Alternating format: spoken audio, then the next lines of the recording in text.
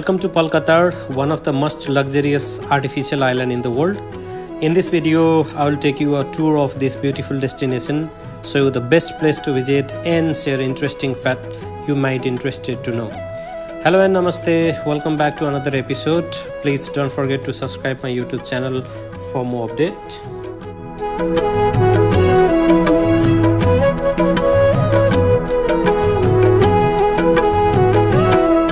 आजको भिडियोमा हामी कतारको सबैभन्दा सुन्दर र भव्य आइल्यान्ड प्रोजेक्ट पल कतारको बारेमा विस्तृत जानकारी दिनेछौँ। यदि तपाईँ कतार भ्रमण गर्ने सोचमा हुनुहुन्छ वा त्यहाँको जीवनशैली र विशेषता जान्न चाहनुहुन्छ भने यो भिडियो तपाईँहरूको लागि उपयुक्त हुनेछ।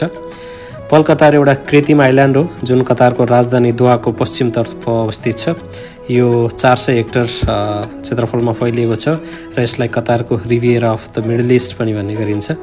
यसको विकास युनाइटेड डेभलपमेन्ट कम्पनी UDC ले गरेको हो।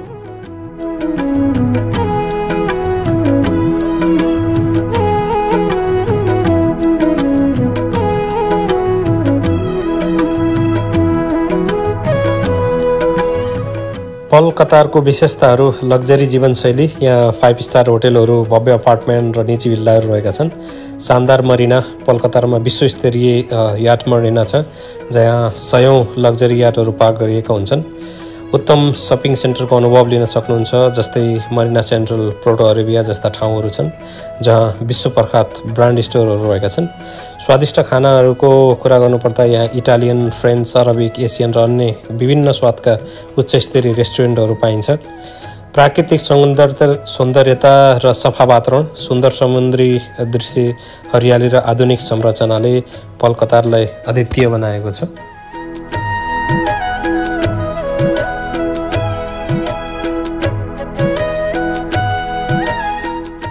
पल कतार किन प्रसिद्ध छ त?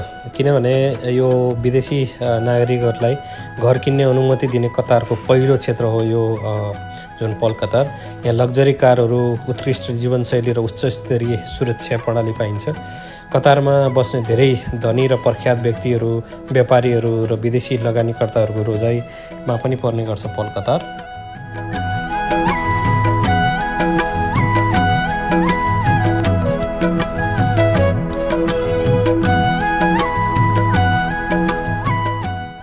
पल कतार जानको लागि तपाईहरू कार, बस वा ट्याक्सीको माध्यम मार्फत पल कतार सजिलै पुग्न सक्नुहुन्छ। यहाँ सार्वजनिक यातायातको राम्रो सुविधा उपलब्ध छ।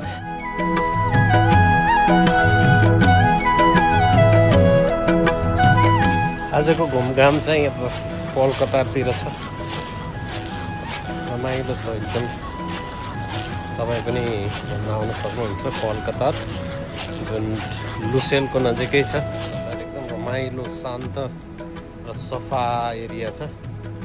तपाईँहरू आएर घुमघाम गर्न सक्नुहुन्छ। बेलिङको सिनहरू राम्रो छ, रमाइलो छ।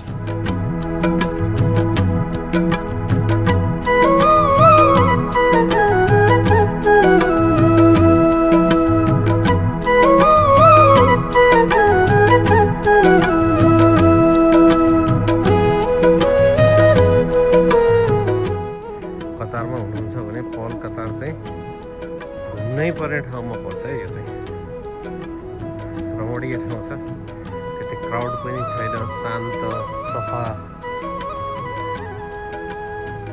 एकदम रमाइलो ठाउँ छ है यो। अवश्य पनि तपाईँहरू घुम्नु आउनु होला।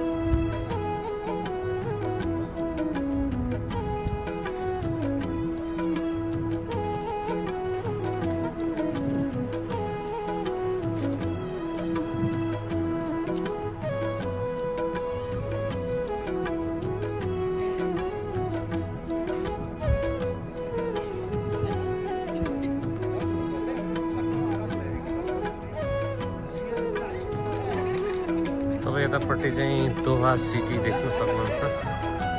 दोहा सिटीको एकदम क्लियर भ्यू देख्न सक्नुहुन्छ।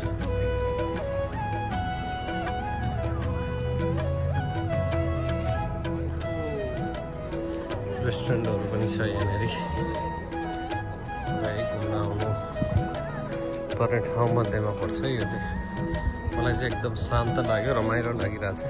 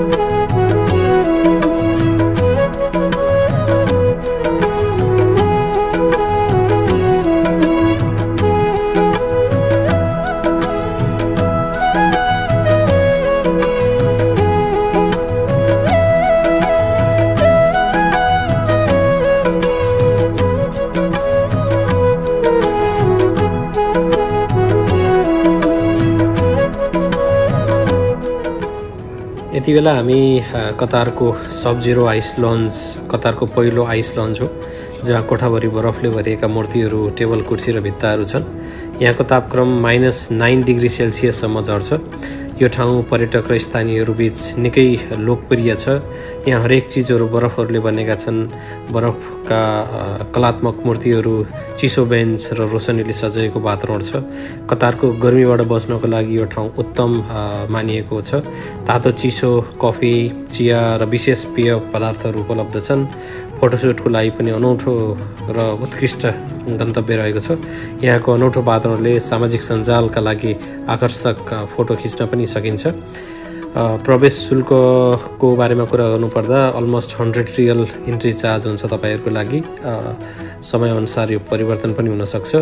बिहान 10 बजेदेखि राति 10 बजेसम्म खुल्ने गर्छ यो। यदि तपाईँ कतारको गर्मीमा हिमाल जस्तै चिसो अनुभव गर्न चाहनुहुन्छ भने सब जिरो आइसल्यान्ड अवश्य भ्रमण गर्न नभुल्नुहोला पल कतार घुम्दै गर्दा।